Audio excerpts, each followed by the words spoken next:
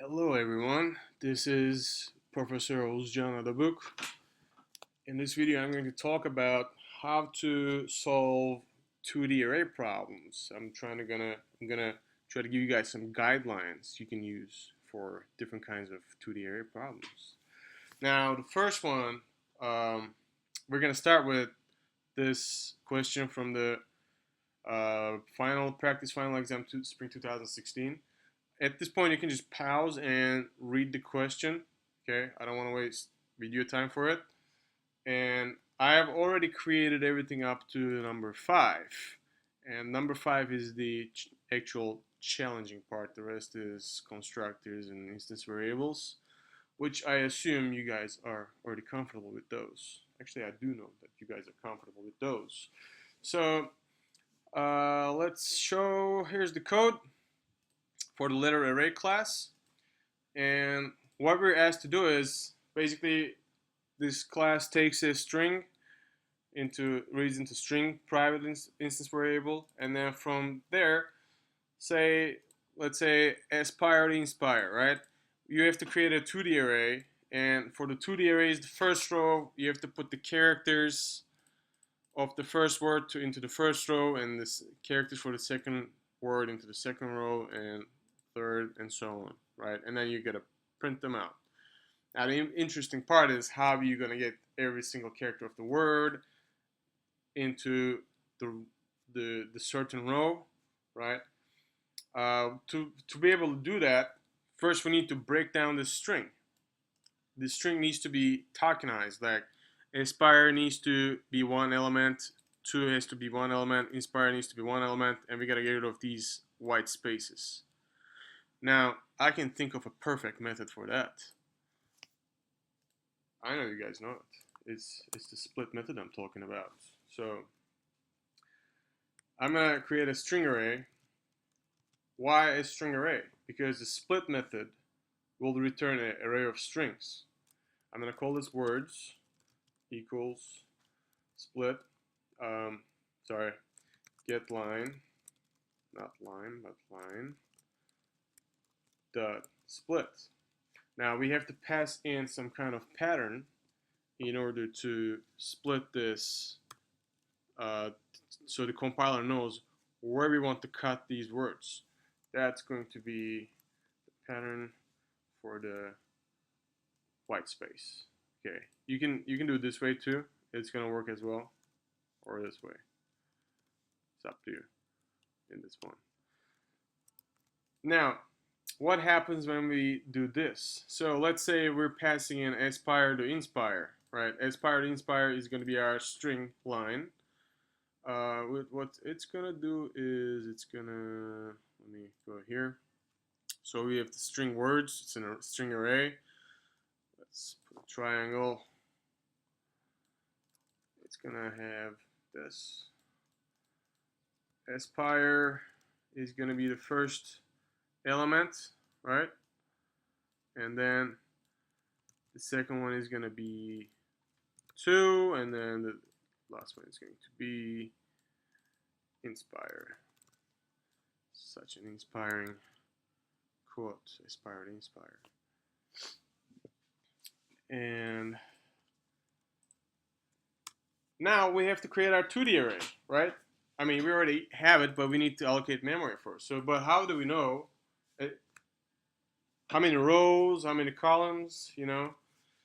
So, as I said, the most important part is to know the size of your array. That's once you get the correct size of your array, the row size, the column size, you're halfway there. And then the next step is you have to find out how many times you have to iterate, right? So we know how many rows there are going to be there.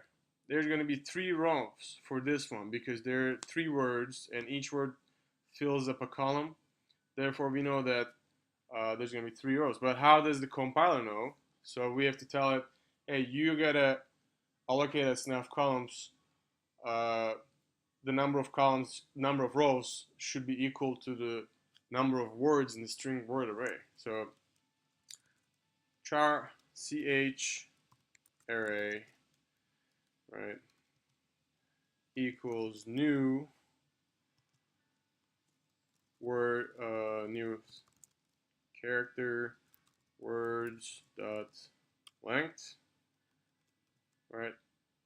So, oops, I put these in the wrong spot. I don't need to put them because we already have them here. Anyway, so now we know how many rows are there going to be. So it's basically this. We go there, and then ch array has now its rows. They're not filled yet. They're just the beginning of the rows. 1, 2, 3, right? And then maybe it just points out there. Ch array is pointing out to these rows. Having a problem with this tool.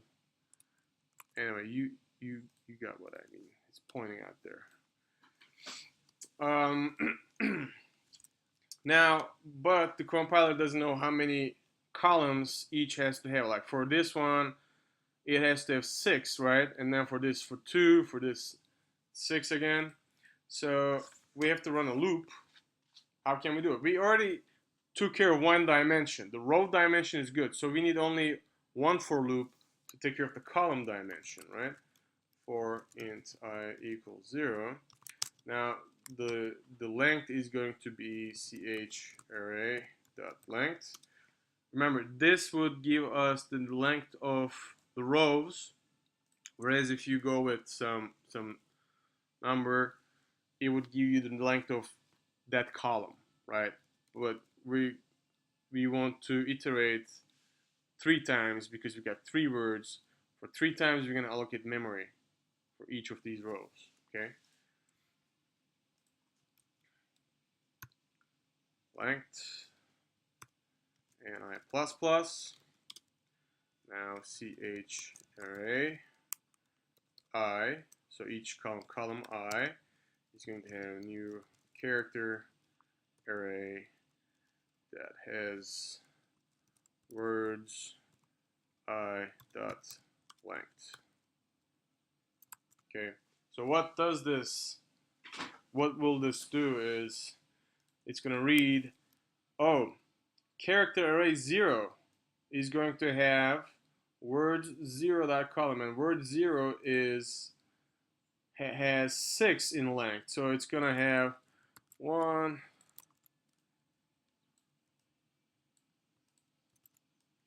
2,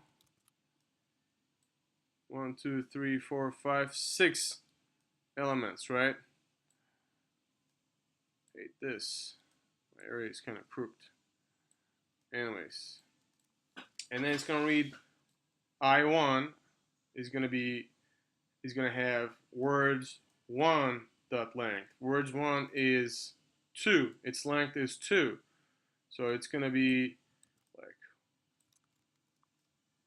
1, 2, and then come down, and then it's going to read words 2 dot length for the ch array 2, the row 2, which is this is the row 2. So it's going to, again, 6 of them, right?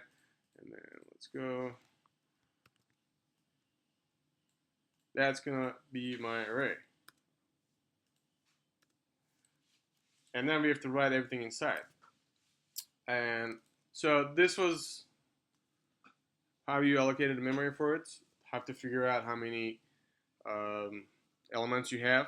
Now, this one is going to be filling inside the array. So we have to iterate through each word, each row and column.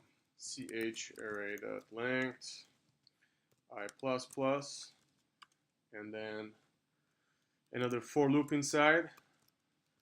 Int j equals 0. J is going to be less than ch array I dot length, because not hash code,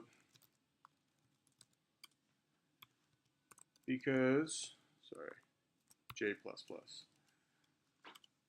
And this is the number of rows, 1, 2, 3, and this will give you the number of columns length, right? Which we got here. So we got the values for this in here. So now the compiler knows how many columns each row has, and we're gonna start filling out this array. ch array I j equals to words I dot char at. Remember, this method returns the character at a certain position index in a string, and it's going to be index j. It's just like saying words character array ij equals words ij, but except you cannot read from the words like that because words is not a 2D string. It's not a 2D array. It's a 1D array, one-dimensional array of strings. But remember, strings are also made of characters. So it is sort of like 2D array, but you cannot treat it as a 2D array. So you have to use the char at method to get characters at each index, right? So when you run this, it's gonna go for 0, 0, it's gonna go okay, word 0, and then the character 0 at there is A, and then it's gonna go 0, 1, which is gonna be S, 0, 2, P, and then I, R, E, right? Same way it's gonna go. Oh, looks like we got one extra here. T, O, and inspire. So you get the point. Now I'm gonna test this in my my test class. So let's create a letter array. Letter array LA equals new letter array, and let's initialize with aspire to inspire.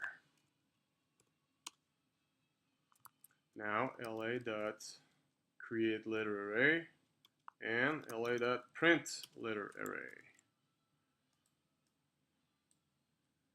Let's run it. Aspire to inspire. Okay. Here's the code again. And this is how it prints it. It's basically a nested for loop.